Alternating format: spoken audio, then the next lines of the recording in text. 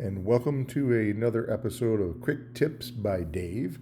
This episode, we will specifically be working with the West Michigan Umpires Association membership and going through the proper process for you to use to update your status for postseason qualification. And this is new for this year, and we will be asking all members to do this starting on April 1st and concluding by April 9th. So between those two dates, we're going to ask you to log on to the West Michigan Umpires Association website, and you're going to want to click on your name on the top of the screen. And once you go to that, that's where you can edit your profile. And we're going to ask you to go in and edit your profile, and you'll notice it'll come up with your information you've previously put into the system. You're going to scroll down, and here we're going to make sure that we are entering the data for baseball and softball postseason consideration.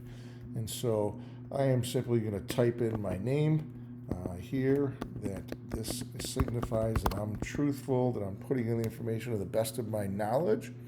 And then I'm going to go through and answer some questions or enter some data. So enter 5 points if my picture's on Arbiter. Yes, I know my picture is on Arbiter, so I'll put in 5 points. I know that my baseball rating is 3.97, and I don't have a softball rating, so I will not put that in. And then my 3-year baseball rating is 397 times 100, so 397. And then I come down here to the number of varsity baseball games that are assigned. And I know right now that I do actually have 18 varsity baseball games assigned to me.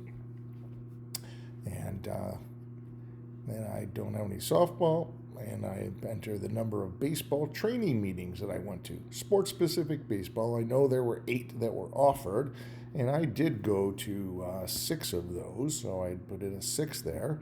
I didn't go to any softball. And then enter 25 points if you attended the baseball clinic this year. And yes, I did attend the baseball clinic this year, so I've got 25 points. And that brings us to the end of the data entry. And I'm simply going to hit save.